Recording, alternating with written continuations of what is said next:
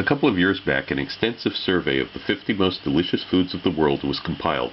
Massaman curry came in #1 as the most delicious food ever anywhere. However, you can be sure that the judges making that evaluation were not tasting the stuff you get out of a jar.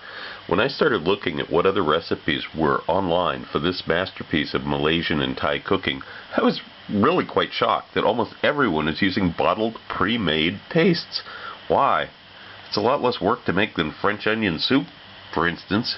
So here's an excellent version of this delicious recipe from scratch. And although I have broken with tradition in 2 places, I explain those changes in the annotations if you read them, and you're free to ignore my modifications, of course. But I think you'll find that this is the best recipe you will ever get. It's rich, complex, and really addictive.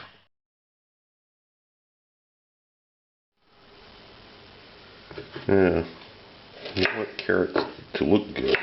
You need to square them up. And you usually get carrots that are shaped like this. So, trim them like this. First make them into even squares. Of course you can cut them up from here, but what do we do with these? Well, we have something very useful that we can do with these kinds of scraps. We're going to dry them in the oven. The ends here, this is trash, but these kinds of scraps can be dried in the oven to make a carrot powder, and we're going to do that in just a minute. Okay, what I've done is I've set this up over a wire rack like you would use to cool off a cake or pie, over a baking tray, and I've got 100 grams of these large green chilies. These are spicy. These are not mild chilies, but they're not insanely hot. They're not like the little tiny Thai chilies, but they're hot. And I know that it's quite common to use dried red chilies for this curry. I'm going to use these chilies. This is what I like, and I've seen this actually done in Thailand. So I don't know where the idea among so many books and people that you always use red chilies for this. I don't know where it came from. I've seen green chilies used. I like green chilies. That's what I'm going to use. So I'm putting this in the oven at a fairly low temperature with the fan on overnight. It's gonna cook for about 8 hours in all. Now I've got, this is what the green chilies look like after they were dried overnight in the oven. I'm putting these in a little bowl of water, and I'm going to microwave these for about a minute. And these are those carrots that were dried out in the oven. These take a little longer to dry out than the chilies. These are also going to go in the spice grinder. Then after they come out, you got to pass them through a sieve. Kind of shake them through a sieve because there'll be little lumps that didn't dry out enough. Yeah, I want to show you the difference here of how the temperature matters. These are both dried carrots. These were dried out at about 95 degrees. These were dried out at about 60 degrees. These took overnight. These took 2.5 days. But these are much more red, and these actually taste better. If I was putting them on plating, using these as like a little powder on a plate for decoration, I would use this. But in this curry, I'm going to use this kind of powder.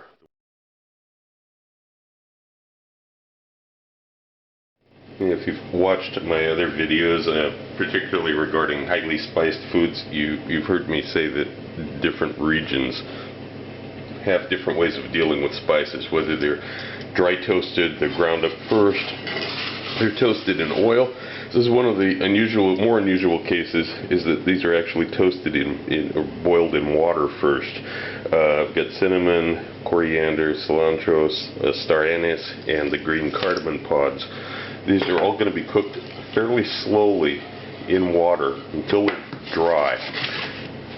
So we're going to first bring it to a boil, and then I'm going to turn the heat down and cook these very slowly until I've dried them back out again. They're simmering. I turned the heat down to 4 on a scale of 1 to 10. And let's just see what the temperature actually is here. The infrared thermometer. Okay, we got about 80 degrees roughly at the surface. So that's good. You want to You want it below the boiling point of water because you crank it up so much that the water it hits 100 degrees. The spices will also burn. So there'll be little parts of the pan that'll be even hotter than that, and that's where the spices will start burning. We don't want that. We just want to dry them out again.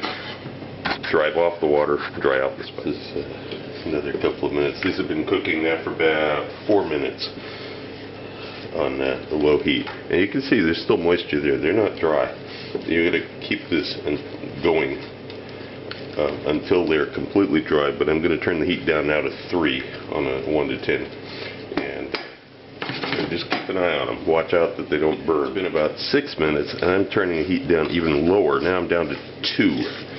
And these are drying out. The pan surface temperature is now above the boiling point of water, and this is where you have to start really watching out. Turn the heat way down. You want to keep it going. In fact, I'm going to go 1.5 on 1 to 10. I've got a very low heat now.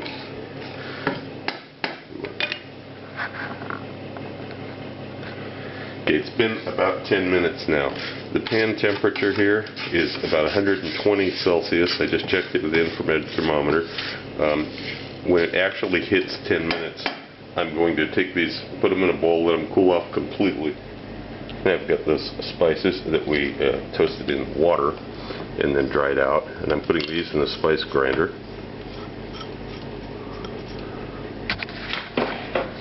And we're going to grind this up. You'll notice that these spices didn't grind up quite the way they usually do. If you cook them in, you just dry roast them. So what I'm going to do now is I'm going to add a teaspoon of coarse salt. The coarseness is for the abrasive properties, and I'm going to add about 1.5 teaspoons of turmeric, and I'm going to grind this some more.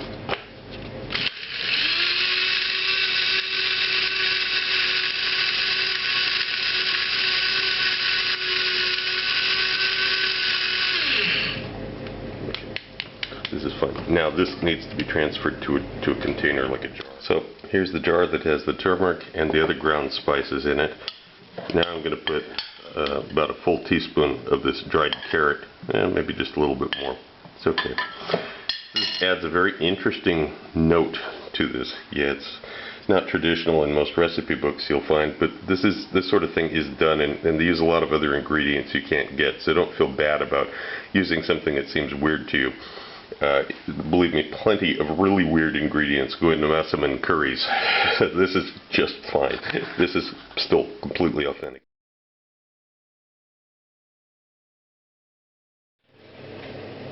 Okay, 1 pint of water, that's 500 milliliters. Teaspoon of salt, tablespoon of that curry powder, and the potatoes go in.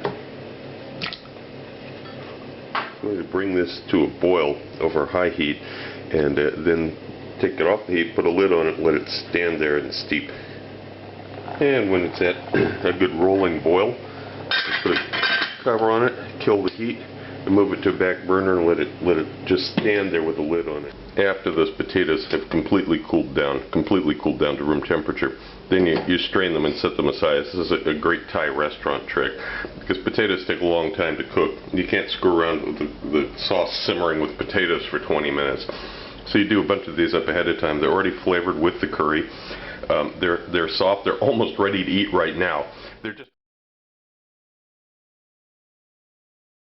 the ginger, garlic, lemongrass, and shallots. I'm going to cut these up very coarsely for the next step, very coarse.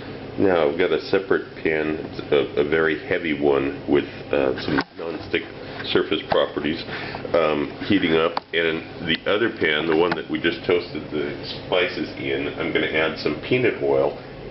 Okay, added the peanut oil. Here's the cashew nuts. And begin cooking these slowly while we'll do the other cooking in the other pan here. Now, this is getting hot. I've got it on a heat on 8 out of 1 to 10. There is no oil in the pan. This is on purpose. This is the way this is supposed to be made. I've got ginger, garlic, shallots, and lemongrass. Are all going to go into this pan as it's getting very hot. And I'm going to dry toast these dry toast them until you start to see some little black bits on them. You want to actually, not exactly burn them, but close to burn them. I'm going to show you the progress. The cashews are slowly starting to become more golden. And over here we have other ingredients that are becoming darker, but they're not ready yet. This has been about 4 minutes now. And you can see you get some really nice dark pieces here. Here and there, but it's not quite even yet, so I'm going to give this about 1 more minute. Don't stir it too much. If you stir it too much, it'll never have a chance to brown. You stir it maybe once every minute and a half, something like that. Don't start tossing it around in the pan constantly. You'll never get this burn type of marks. Not exactly burn, but you know what I'm talking about. Okay, meanwhile, the cashews, very close to being done. You can see the golden colors on them now. I'm going to turn the heat down on them just a little bit. Okay, it has been 5 minutes now, and I'm going to add an ounce of water and cover it and let them steam. Now I'm turning the heat way down from 8. I'm going all the way down to 2, and I'm just going to let them steam for a couple minutes. Okay, the cashews nicely golden, no burnt marks at all. Those are just going to sit in a bowl and rest until, with the little traces of peanut oil that are on them, they're going to sit there and rest until we're ready. Okay, it's been 2 minutes now for these. That's fine. I'm going to move these off the heat now and let them cool.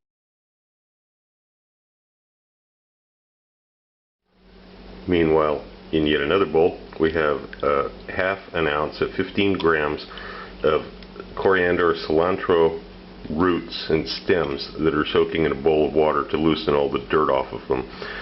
These are going to be used. Now, into the blender, I'm adding the shallots, the lemongrass, the garlic, and the ginger that we cooked over that high heat. I'm also adding these dried green chilies that were soaked. Okay, I'm going to add all of the water that the chilies were soaked in. Yeah, it's not traditional, I know. I don't understand why. It makes no sense to discard this water. It's got lots of flavor. And I'm going to add a little bit more water. We need enough water in here to turn this into a paste.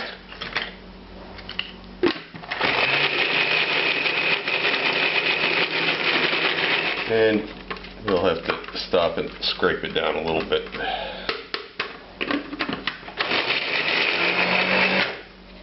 What we have here now, this heavy paste, can be stored in a jar in the refrigerator for a long time. At least a couple of weeks it'll be just fine. This is not very prone to being bacterially invaded.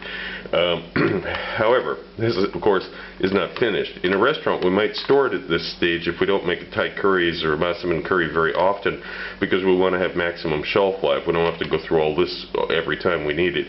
But in this case I'm making up the entire batch now, so this is a small amount. So I'm just going to go ahead and put this back on the blender and add the coconut milk. It's very perishable. You would not add the coconut milk if you plan to store this, because the coconut milk will make it go bad within maybe 3 days. Adding an entire can of 400 milliliters of coconut milk to this, and also some lime zest here in just a minute. Also going to go in. And you just take the zester, run it across the lime, and get about the zest of about half a lime off of this.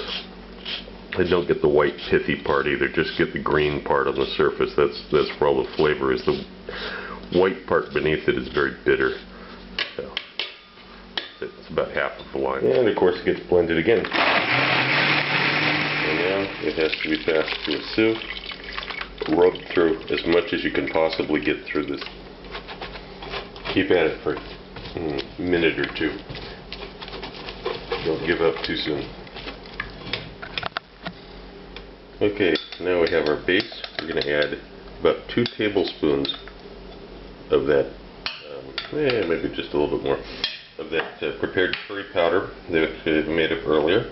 Also 2 tablespoons of dark brown sugar.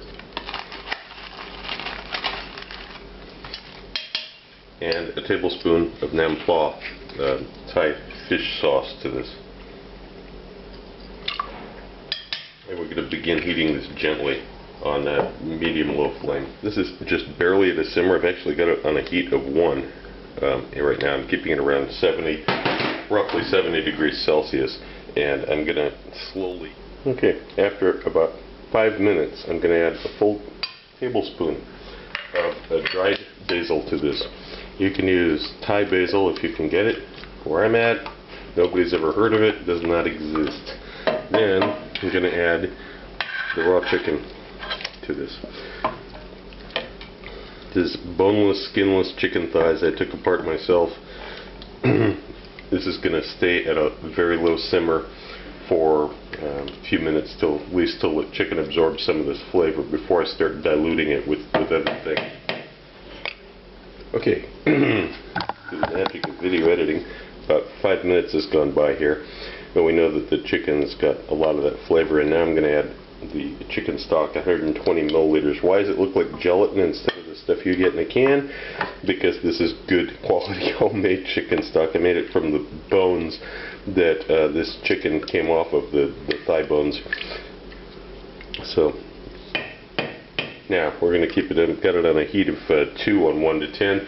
It's going to stay at a very slow simmer for a while. We want this chicken to get nice and tender, and we want all the extra liquid to evaporate and really concentrate these flavors. I'm keeping this between 60 and 70 degrees the entire time. It's been about 50 minutes, just under an hour, about 52 minutes, something like that. This is darkened, as you can undoubtedly see in the video, because you didn't see all the in-between stages.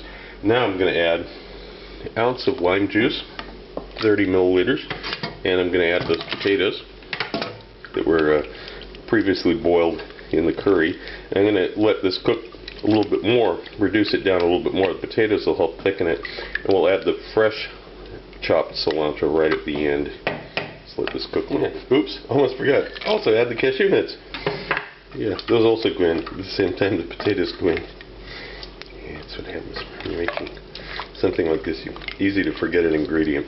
Just look around, make sure you didn't forget something. It's the last 15 minutes here. I've increased the heat to where it's about 80 degrees, 85 degrees. You don't want to overcook this at this point. I'm adding about 1/4 of a cup that freshly minced cilantro. And also, this is not supposed to be a super thick, heavy curry. This is supposed to have some liquid to it. It's going to go over rice.